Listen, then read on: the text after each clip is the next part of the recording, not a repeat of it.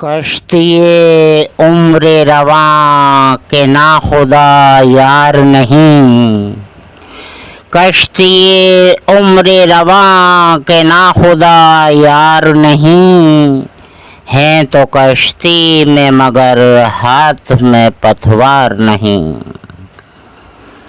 انما امرہ گر ہو جائے اس میں اعظم، انما امرہ گر ہو جائے اس میں اعظم، تو کن فیکون تو کبھی دشوار نہیں، کشتی عمر رواں کے ناخدا یار نہیں۔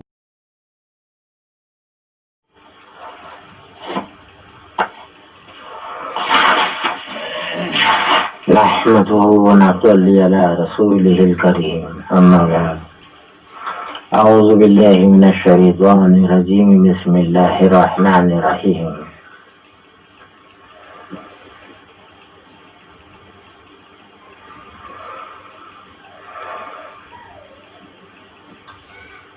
دور کیا آ چکا ہے،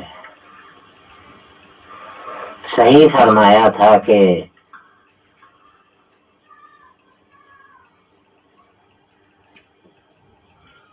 جاہلوں کی ہاتھ میں دین ہوگا۔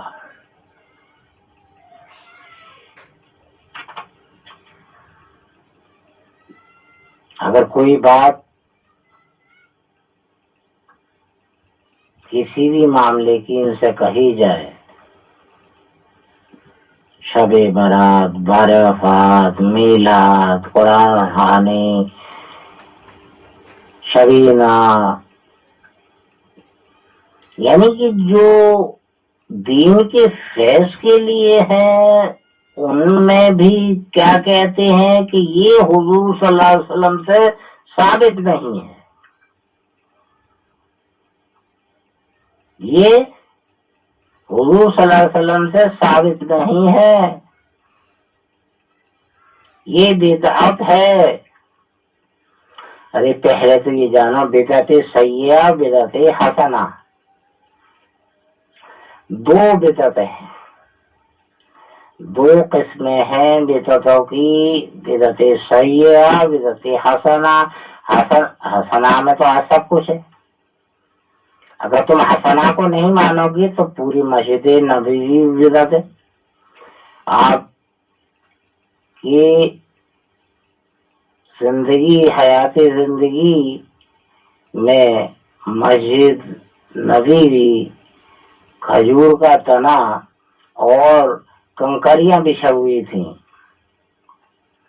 آج سنگے مرمر کی مسجد میں ہیٹ لون پر بیٹھ کر، ماں کنکری چورس یعنی لیبل میں کرنے کا حکم نہیں تھا،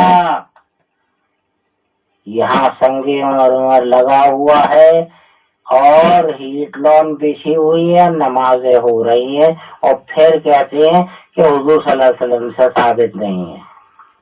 یہ دیکھیے گا، تو ایسی شاندار مسجد میں جو آپ نماز پڑھا رہے ہیں، جس میں بلب ہے، پنکھے ہیں، کولر ہے، اے سی ہے، گھڑی ہے، ٹائل لگ رہے ہیں، تو پھر کیسے جائز ہو جائے گا؟ وہاں کہتے ہیں حضور صلی اللہ علیہ وسلم سے ثابت، یہ حضور صلی اللہ علیہ وسلم سے ثابت ہے، اپنے لیے سب کچھ حلال، باقی کہتے ہیں حرام ہے، بدعت ہے۔ پہلے سے یہ جانو بدعت سیئہ ہے یا حسنہ ہے، یہ تو ہوش نہیں ہے، بس کہہ دیا تو حضور صلی اللہ علیہ وسلم سے ثابت نہیں ہے۔ ایک موقع تھا کہ میری شروع جوانی کی بات تھی، موتی مسجد میں، یعنی جو وہابیوں کی، آمینیوں کی مسجد جس کو کہتے ہیں، شافعیوں کی مسجد کہتے ہیں، میں عصر کی نماز میں امام صاحب کے پیچھے نماز پڑھ رہا تھا کہ ایک شخص آیا، امام صاحب رکوع میں تھے، میں بھی رکوع میں تھا، اس شخص نے پہلے تو ہاتھ باندھ کر قیام کر کے یعنی سورہ فاتحہ پڑھی جب تک امام دوسرے سجدے میں پہنچ گئے۔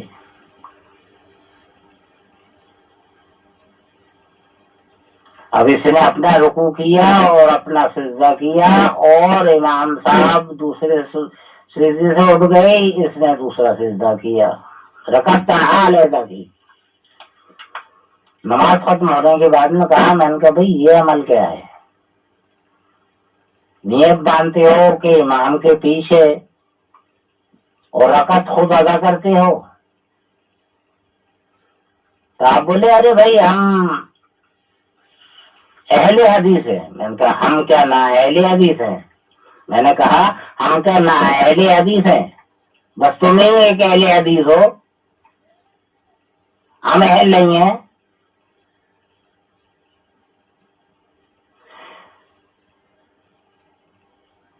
بولا کہ بھائی جو قرآن میں ہے ہم اس کے مطابق، میں نے قرآن میں قورمہ بریانی ہے کیا؟ مرغ مسلم ہے کیا کھاتے نہیں ہو؟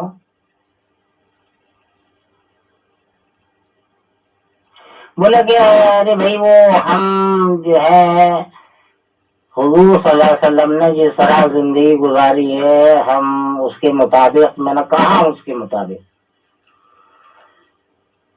کپڑے پہنے ہوئے ہو مشین کے بنے اور مشین کے سلے، حضور صلی اللہ علیہ وسلم نے تو نہیں پہنے، تو کپڑے اتار دو، پھر تلاش کرو ان کپڑوں کو جو کہ دھاگا جس کا کہ ہاتھ کا بنا ہو، ہاتھ کا تیار کیا ہوا ہو، اور سلائی بھی ہو، کپڑا بنائی بھی ہو تو ہاتھ سے ہو، سلائی بھی ہو تو ہاتھ سے ہو۔ تو یہ گھڑی پہنے ہوئے ہو، حضور صلی اللہ علیہ وسلم نے کون سی گھڑی پہنی تھی؟ چشمہ لگائے ہوئے ہو، حضور صلی اللہ علیہ وسلم نے کون سا چشمہ لگایا تھا؟ اس طرح سے چہرے کو صاف کراتے ہو، حضور صلی اللہ علیہ وسلم نے کب کرایا تھا؟ کہتے ہو کہ ہم حضور صلی اللہ علیہ وسلم کے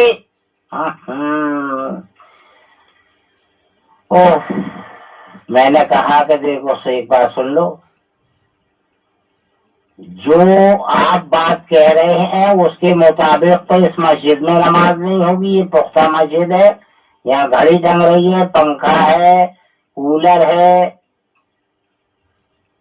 اس زمانے میں اے سی تو خیر نہیں تھے، اور ان امام کے پیچھے ان امام وہ مسلح پہ ہی بیٹھے ہوئے تھے۔ بات جو شروع ہوئی تھی اس ٹائم پر جو لوگ تھے ان میں سے لوگ چلے گئے تھے، وہیں بیٹھے رہے امام صاحب۔ ان کی جمع مسجد کے شافعی حضرات جو کہلاتے ہیں ان کی جامع مسجد کے امام اپنے ہی مسلح پہ بیٹھ رہی۔ میں نے کہا کہ ان امام کے پیچھے تمہاری نماز نہیں ہوگی، کیونکہ حضور صلی اللہ علیہ وسلم نے کوئی تنخواہ نہیں لی، یہ تنخواہ لیتے ہیں۔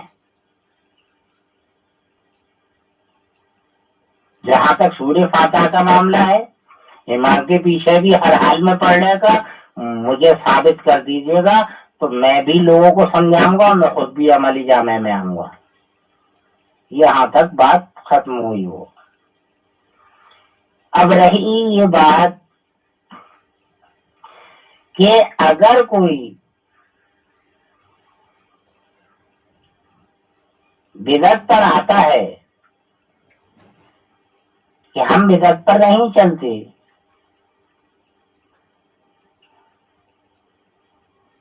ہم بدعت سے پاک صاف ہیں، جھوٹ بولتا ہے، وہ حج کرنے جائے گا تو مسجد نبوی میں نماز ادا کرے گا، 40 نمازیں ادا کی جاتی ہیں مسجد نبوی میں، حج سے پہلے یا حج کے بعد، جیسا وقت ملے. کون سی مسجد میں پھر نماز پڑھتا ہے تو؟ کون سا قرآن پڑھتا ہے؟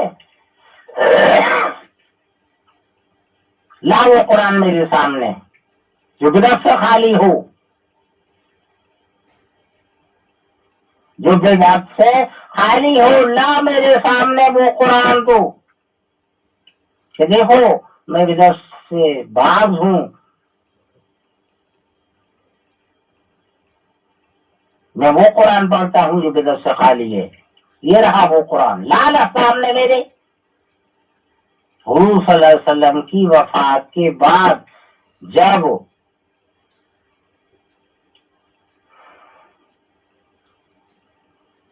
حضرت ابو بکر صدیق رضی اللہ تعالی عنہ خلیفہ بنے تھے، اور جب جنگ یمامہ ہوئی تھی اس میں کافی عالم اور حافظ شہید ہو گئے تھے. تب فکر ہوئی ابو بکر صدیق رضی اللہ تعالیٰ عنہ کو کہ اگر ایک آدھ جنگ اور ہو گئی، حافظ ختم ہو جائیں گے، قرآن مجید مٹ جائے گا، لہذا قرآن مجید کو جمع کیا جائے.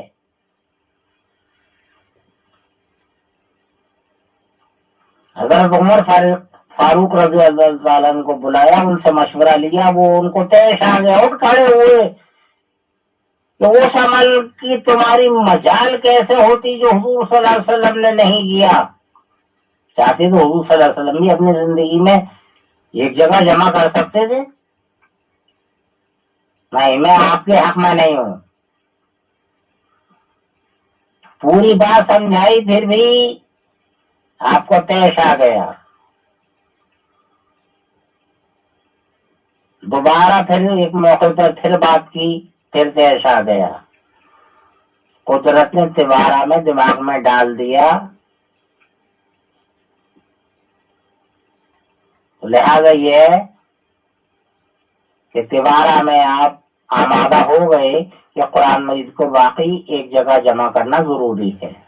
اب حضور صلی اللہ علیہ وسلم جس صحابی سے لکھوایا کرتے تھے حضرت زید رضی اللہ عنہ، ان کو بلایا تو وہ بھی پیش کھا گئے کہ مجھ سے وہ عمل کراتے ہو جو نبی نے نہیں کرایا، میں ہرگز نہیں کروں گا.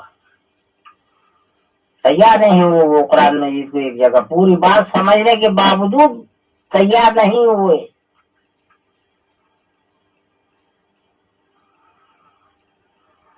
پھر ایک موقع پر دوبارہ بات ہوئی، تب بھی پیش کھائے اور تیار نہیں ہوئے. اللہ تعالیٰ نے ان کے بھی دل میں ڈالا، دماغ پر چھائی یہ بات کہ ہاں یہ ہونا ضروری ہے.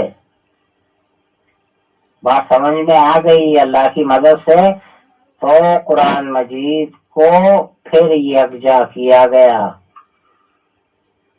کہیں کسی حافظ سے لیا گیا، کہیں کاغذ اس پہ لکھا ہوا تھا کپڑے پر، کہیں پتوں پر.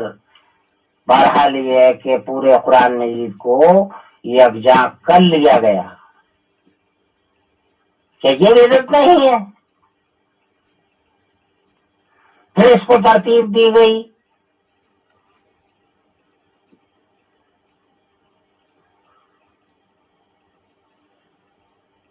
پھر اس کا نام طے ہوا. یہ بدعت نہیں ہے.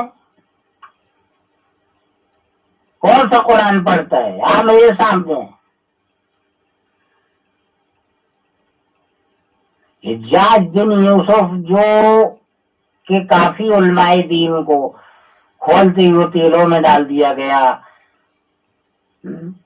حضرت امام حنبل کو قید میں ڈال دیا گیا، بس ایک کام بہتر کیا، یہ کام بہتر کیا کہ قرآن مجید میں اعراب لگوا دیے. زیر و زبر، پیش مد، تشدید، جزم.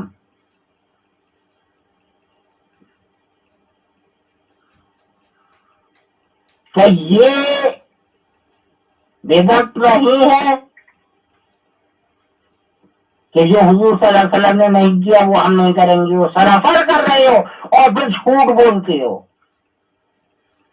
قرآن وہ پڑھ رہے ہو جو بدعت سے بھرا ہوا ہے، مسجد نبوی میں حج کرنے جاتے ہو نماز پڑھ رہے ہو جو بدعت سے پوری فل ہے.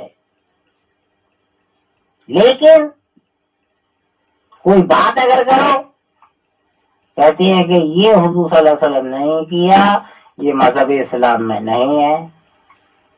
کہ جو تم شیروانی پہنتے ہو، جو جوتا تم پہنتے ہو، جو ٹوپی تم پہنتے ہو، جو گھڑی تم پہنتے ہو، جو چشمہ تم لگاتے ہو، جو آپریشن تم کراتے ہو، جو حضور صلی اللہ علیہ وسلم کے عمل کے بالکل برعکس ہے، وہ کرتے ہو پھر فتوے دیتے ہو کہ جو قرآن مجید میں جو حضور صلی اللہ علیہ وسلم نے نہیں کیا یہ وہ عمل ہے.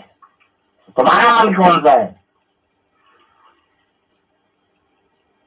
دوسرے کی طرف انگلی اٹھاؤ گے اپنی طرف 3 اٹھ جائیں گی، ادھر ایک تو اپنی طرف 3، ادھر ایک سیدھی بات میں ہوگی 3 تمہاری طرف پہلے ہو جائیں گی.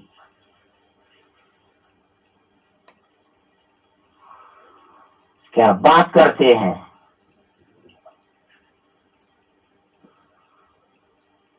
کہ نبی نے نہیں کیا، نبی نے سائیکل چلائی، نبی نے تالا بنایا، نبی نے موٹر سائیکل چلائی، نبی نے کار چلائی، نبی کار میں بیٹھے، نبی بس میں بیٹھے، نبی نے بس چلائی، نبی نے ریل چلائی، نبی ریل میں بیٹھے، نبی نے ہوائی جہاز چلایا، نبی ہوائی جہاز میں بیٹھے، نبی نے پانی کا جہاز چلایا، نبی پانی کے جہاز میں بیٹھے. نہیں نہیں نہیں نہیں. اور پھر کہتے ہیں کہ جو نبی نے نہیں کیا وہ جائز نہیں ہے. سارے عمل کرتے ہیں وہ جو نبی نے نہیں کیے اور کہتے ہیں کہ یہ جائز نہیں ہے، یہ نبی نے نہیں کیا.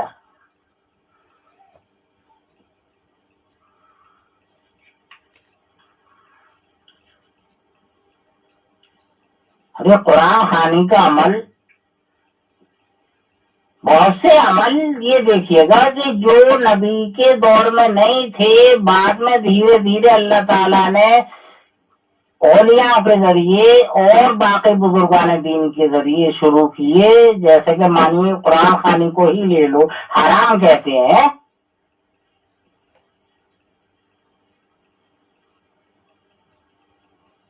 ارے سال سے سال کیا برسوں برسوں ہو جاتے ہیں قرآن کھول کے نہیں دیکھتا قرآن خوانی. بولا بے پر خوشامد سے آئے گا، پارا پڑے گا، قرآن خوانی جگہ جگہ ہوں گی، پارے پڑے جائیں گے، کبھی کوئی پارا کبھی کوئی پارا کبھی کوئی پارا. قرآن پڑھا ہے بچپن میں ماں باپوں نے پڑھایا، بالا طاق رکھ دیا، اسی بہانے پڑھے گا. پھر تبرک رکھ دیا گا، تب بار بار لالچی ہوتے ہیں، تبرک کے بہانے آئے گی، تبرک کے بہانے آئیں گے. ادھر اور ایسا تھا مہینہ ہو جایا کرتے تھے، کوئی چیز کھانے کو نہیں ملتی تھی، کسی کسی دن تو روٹی بھی نہیں ملتی تھی، ہانڈی تو ہانڈی روٹی بھی نہیں ملتی تھی. تبرک کے بہانے آئے گا. یہ قرآن خوانی نہیں، بہت سے عمل ایسے ہیں. اچھا یہ لے لیجیے گا شبینہ کا عمل، کیا اس میں حافظوں کی اصلاح نہیں ہوتی؟ شبینہ کی راتوں میں شب قدر کا بھی تو فیض حاصل ہوتا ہے. ارے یہ ایک ایسا عمل ہے جس سے کہ بہتر پڑھنے والا بنے گا کہ لوگ، حافظ لوگ میرے پیچھے بیٹھ کر سنیں گے، مجھے کوشش کرے گا کہ میں اچھے سے اچھا پڑھنے والا بن جاؤں. اصلاح ہوگی. برا عمل ہے. کیسے حرام ہو سکتا ہے؟ کیسے ناجائز ہو سکتا ہے؟ تم تنخواہ لو جائز ہے،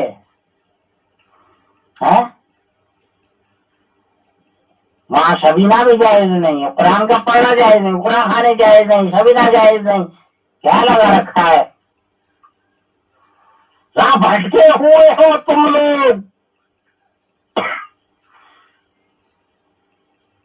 تم کفر سے خالی نہیں ہو، حضور صلی اللہ علیہ وسلم کے عمل سے بالکل برعکس زندگی گزار رہی ہو، سونا اٹھنا بیٹھنا جانا جاگنا کھانا پینا لین دین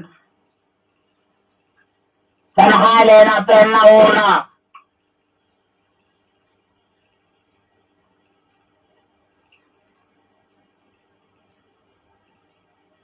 اور عام لوگوں کے لیے کہتی ہے یہ جائز نہیں، وہ جائز نہیں، وہ جائز نہیں، وہ جائز نہیں۔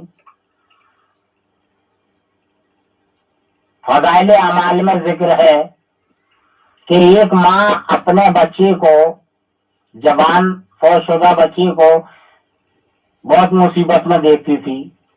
ایک دن اس کو خوش دیکھا تو کہا بیٹا میں جیسے تو فوت ہوا ہے، تیری موت ہوئی ہے،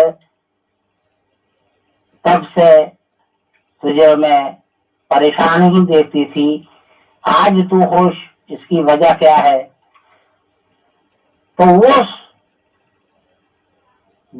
بڑی بھی کے فوت شدہ جوان بیٹی نے کہا کہ ماں قبرستان میں ایک شخص آیا جس نے حضور صلی اللہ علیہ وسلم پر درود بھیجا اور کلام اللہ پڑھ کر اہل قبرستان کو بخشا، جس میں میری بھی راحت ہو گئی۔ یہ کہتے ہیں کلام اللہ پہنچتا ہی نہیں ہے۔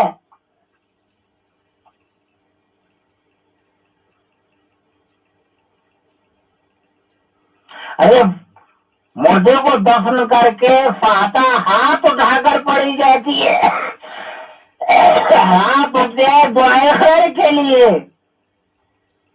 اگر تمہیں مردے سے محبت ہے، نہیں، تم صرف خانہ پوری کرنے آتے ہو۔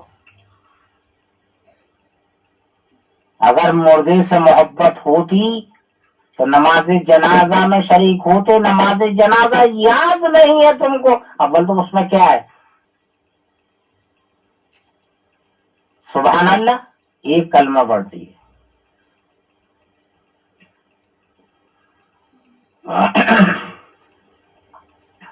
وجل ثنا ہوگا ولا الہ غیرہ ایک لفظ پڑھتی ہے۔ اس کے بعد اللہ اکبر کہہ کر پہلے تکبیر اللہ اکبر کہہ کے شروع کی جاتی ہے، دوسری تکبیر اللہ اکبر کہہ کر درود شریف، جس میں کہ صرف چھوٹی چھوٹی سی لفظ ہے، اللہم صلی علی محمد وعلی آل محمد کما صلیت وسلمت وبارکت ورحمت وترحمت، 4 لفظ، علی ابراہیم وعلی آل ابراہیم انک حمید مجید۔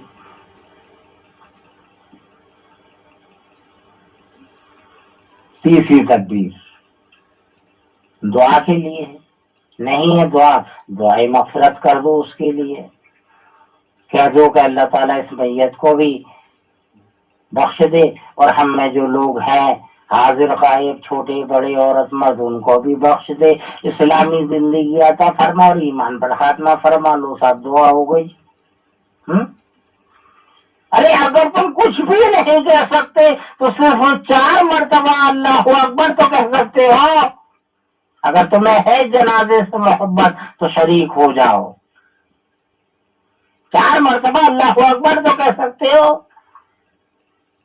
وہ فرمایا کہ جس کی میت میں 40 لوگ نماز میں شریک ہو جائیں گے اس کی مغفرت ہو جائے گی، اور تم علیحدہ کھڑے ہو، جیسے کہ ناپاک ہو تو پھر قبرستان میں بھی جانا، قبرستان اور میت یعنی مسجد کا ایک ہی آداب ہے، نہیں جا سکتی۔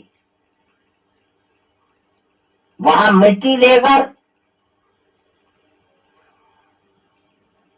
دعا پڑھ رہے ہیں،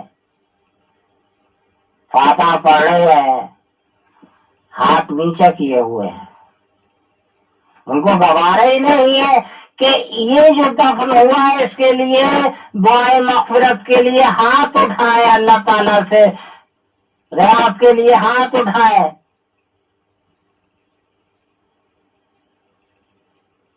اگر کوئی اپنا عزیز، اپنا بیٹا، اپنی بیوی، اپنی بیٹی اگر اس حالت میں پہنچ جائے کہ جیسے کہ نزا کی حالت میں، تو کیسا کیسا آسمان کی جانب ہاتھ اٹھا کر دعا کرے گا، اللہ اس کو ٹھیک کر دے۔ اس وقت کیوں ہاتھ اٹھاتا ہے؟ دفنانے کے بعد ہاتھ اٹھانا گناہ ہے، جائز نہیں ہے۔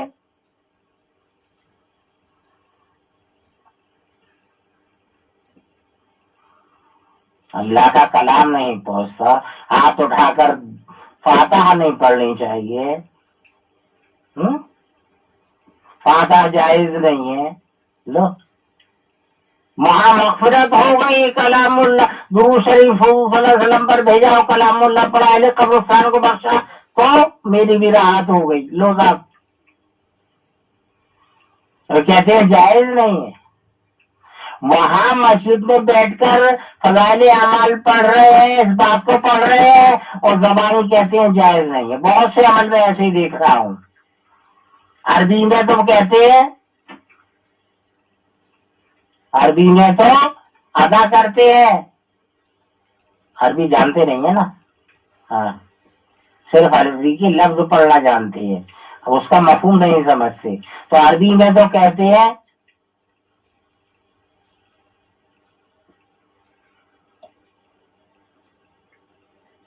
اذان کی دعا پڑھتے ہیں، کیا کہتے ہیں؟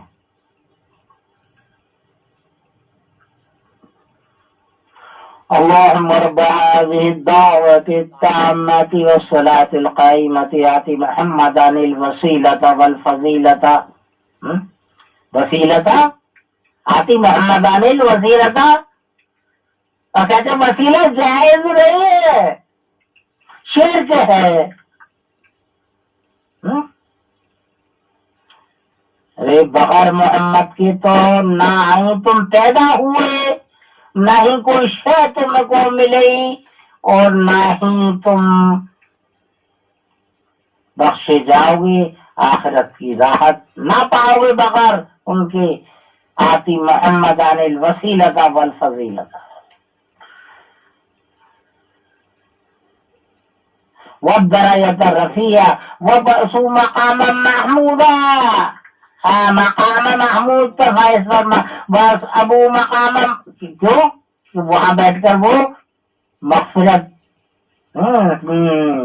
لیجیے گا، عربی میں پڑھ لے، مقام محمودا الذی وعدتہ وارزق شفاعتہ یوم القیامہ انک لا تخلف المیعاد، کہ تو وعدے کے خلاف نہیں کرتا۔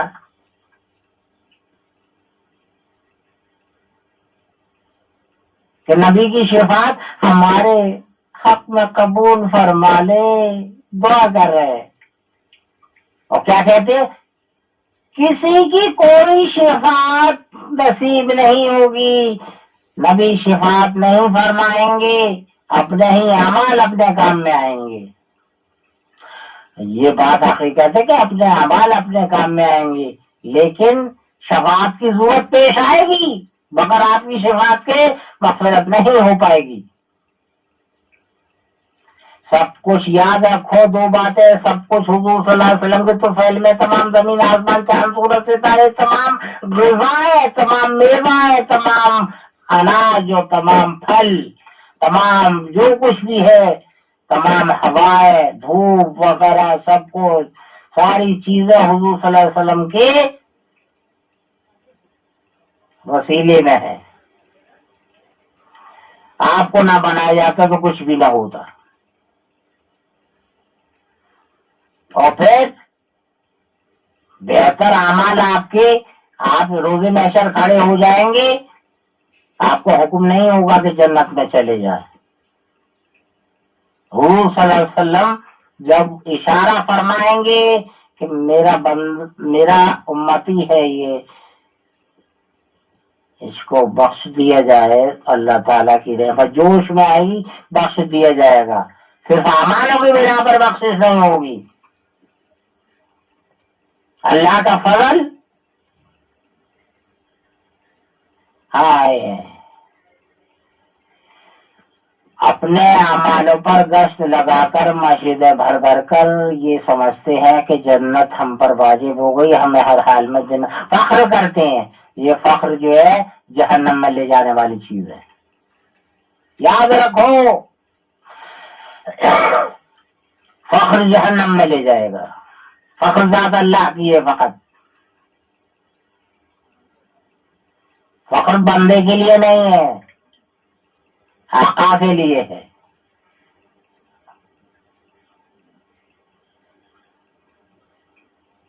نہ کسی کا علم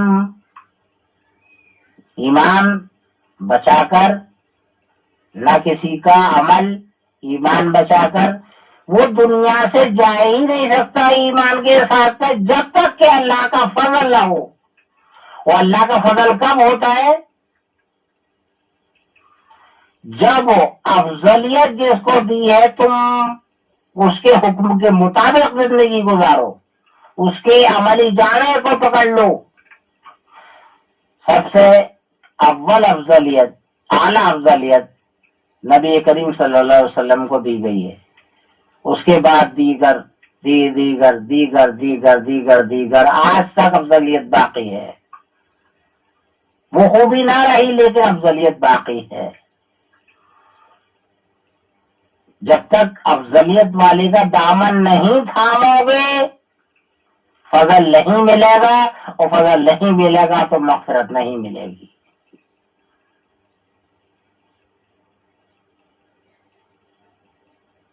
یاد رکھو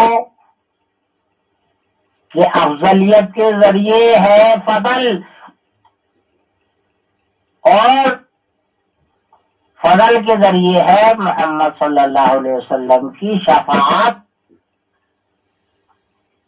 پورا نقشہ ہے یہ، اس نقشے کو ذہن میں رکھو، عملی جامہ پہنو، اللہ اللہ کرو صاف دل سے، تاکہ تمہاری مغفرت ہو جائے۔ اس طرح کی باتیں نہ کرو۔ ایک بات میں بتلا دوں،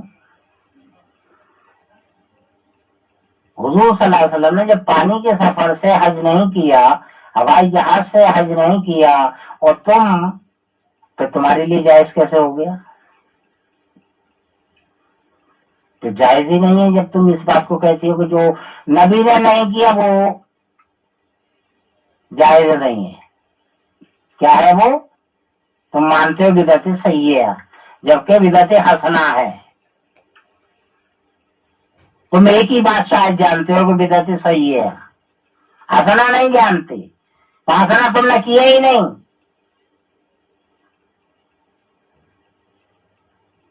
حسنہ پر زندگی گزر رہی ہے صدیوں سے، اور کہتے ہیں کہ جائز نہیں ہے۔ خطبہ ہاتھ میں لینا کب جائز ہے؟ حضور صلی اللہ علیہ وسلم نے کوئی خطبہ ہاتھ میں لیا؟ آپ امی تھے، آپ نے کون سا خطبہ پڑھا ہاتھ میں لے کر؟ کیسے ہو جائیں گے تمہارے جمعے؟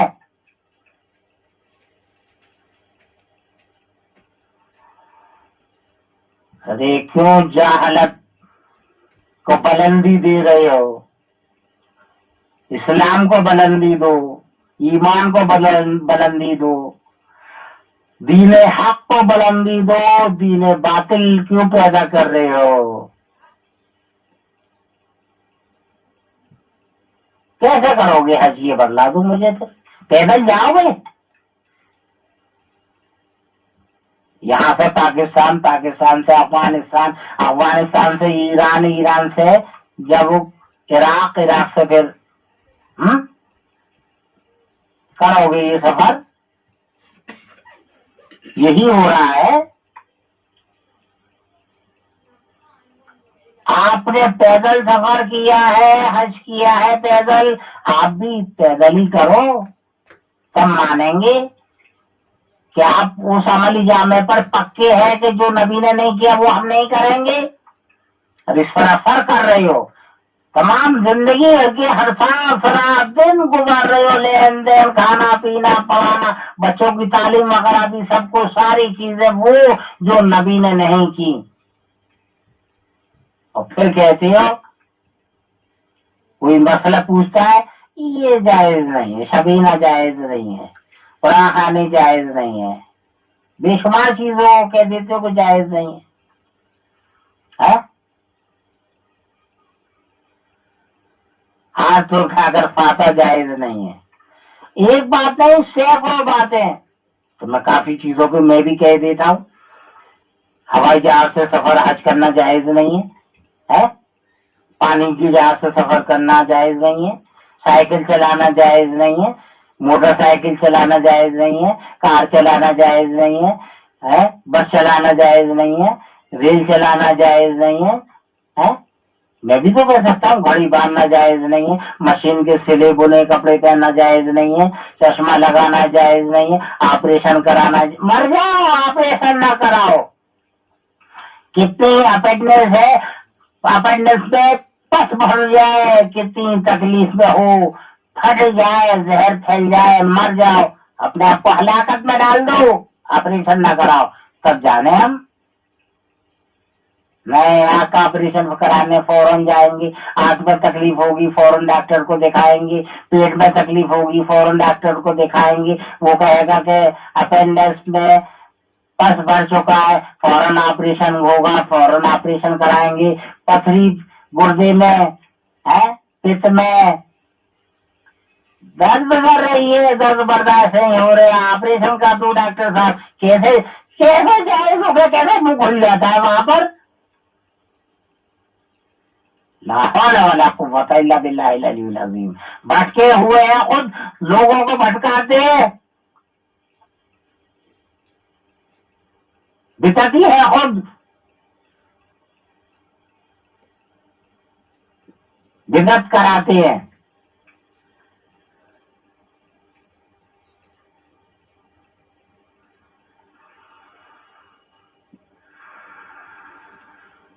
ظالموں ظلم ختم کرو، اسلام پر آ جاؤ، سلامتی پر آ جاؤ، یہ اسلام وہ ہے کہ جس میں کہ جب جہاں جیسی ضرورت ہو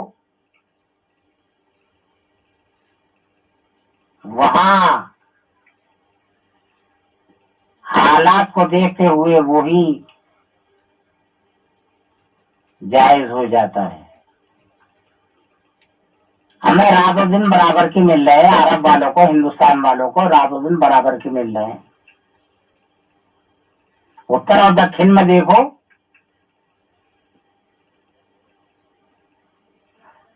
اتر میں دیکھو سال میں ایک دن سورج نظر آتا ہے، وہ روزے کیسے رکھیں گی؟